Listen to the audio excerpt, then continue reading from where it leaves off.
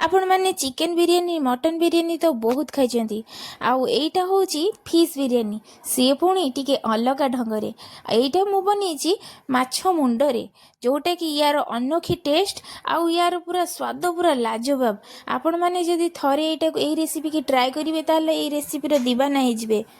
जदि आपण मैंने चिकेन मटन खाती खाली माछ खाती तो मु तो कहि माछरे यही बिरियानीटा निश्चय ट्राए करूँ। आपण मैंने थरे खाइले ही तार स्वाद आपण मैंने जानीपर। चलतु आजिकार रेसिपी स्टार्ट करदेबा। ये देखो माछ मुंड ये मुझे दी फाड़ करके नहीं आसी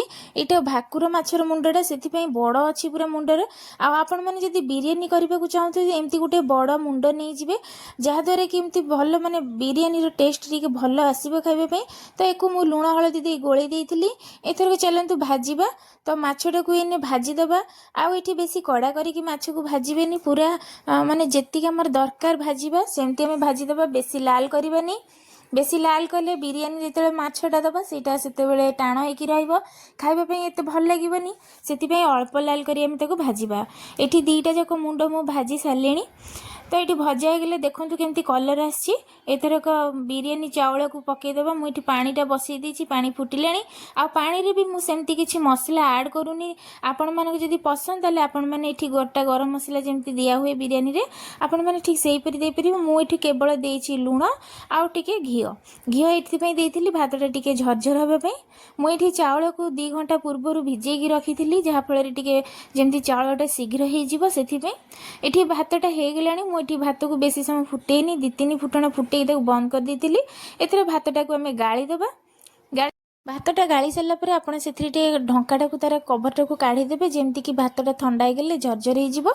तो ये मुझे सोरिष तेल नहीं जाऊँगी। सोरिष तेल नहीं सारापर ये मुझे बेरेस्ता करी से पिज को प्रथम भाजिकी पूरा लाल लाल करके भाजी नेबी ये आ पिजटा भाजिला बेले मुझे दे दूची चीनी। ये लुण ऐड करें लुण देले पिजटा नरम हो जोटा कि बेरेस्ता पे भल लगे।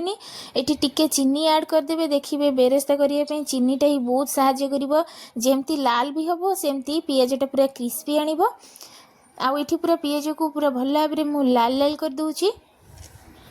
भिडियोटी पूरा शेष पर्यंत निश्चय देखिए जमा स्किप करेंगे कहीं यहाँ मु पूरा बहुत तेल मसला जमती कम खर्च में बिरियानी हो पार मु ठीक से देखी। मुझे बेसी किसी मसला ऐड करनी से बिरियानी मान जमती खरा दिन में घरे आम जमी बिरियानी कर खाई पार जमती कम तेल मसला से टाइप बिरियानी मु बनई।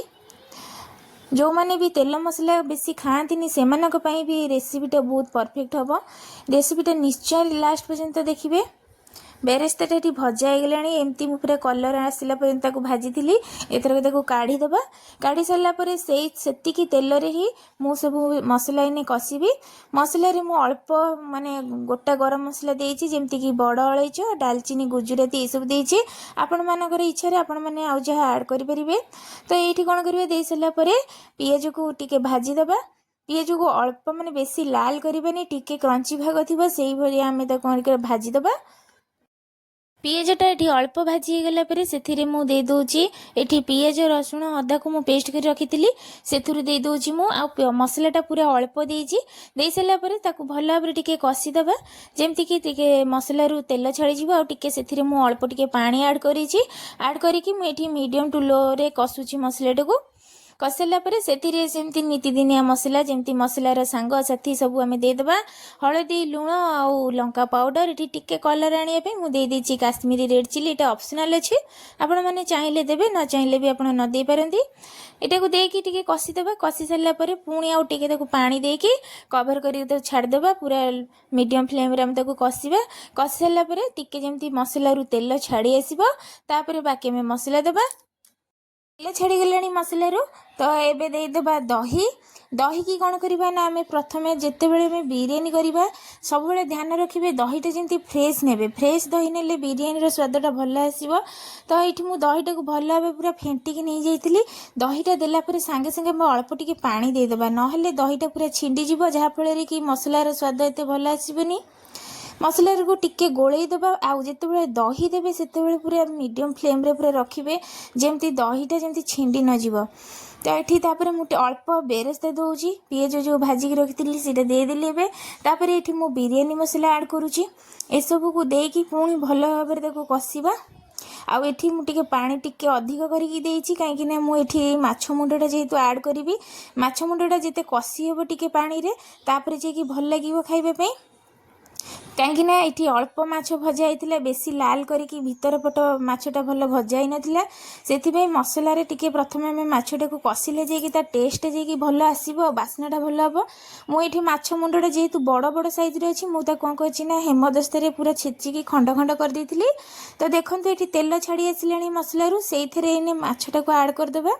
माछ मुंडटा जितेबाला देवे आपण मैंने मसलार ही कषिबे तार बास्ना आउ तार स्वाद तो पूरा निहाती पूरा 2 गुण बढ़ईदेव एत सुंदर टेस्ट तार तो ये मो मछटा देखिपे मो मछटा अल्प भजा जेटू भीतर पूरा लाल लाल देखा जाऊँगी से टिके पानी ऐड कर देकी मुझे भल भाव कषिबी जेपर्यंत मसलार पूरा पानी सुखीज तेल बाहरी तापर जाकि आम अन्य प्रोसेस स्टार्ट करवा देखूँ ये मु किछि समय पर पूरा मसला कषा मोर ऑलरेडी पूरा हो जाइए आउ ये देखूँ तो जो मैंने माछ खाइबा को पसंद करती से तो निश्चय ये रेसिपीटा को आपण मैंने पसंद करेंगे ये रेसिपीटा बहुत बढ़िया हम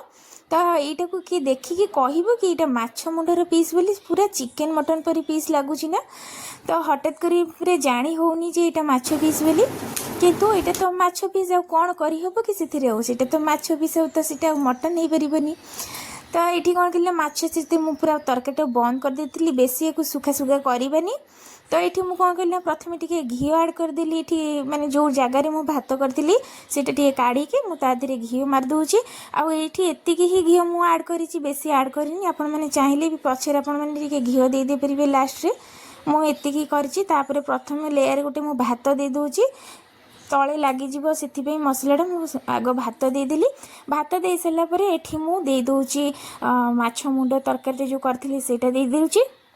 दे सारापर एठी मु बड़ साइज्र पेटी 2 पीस रखी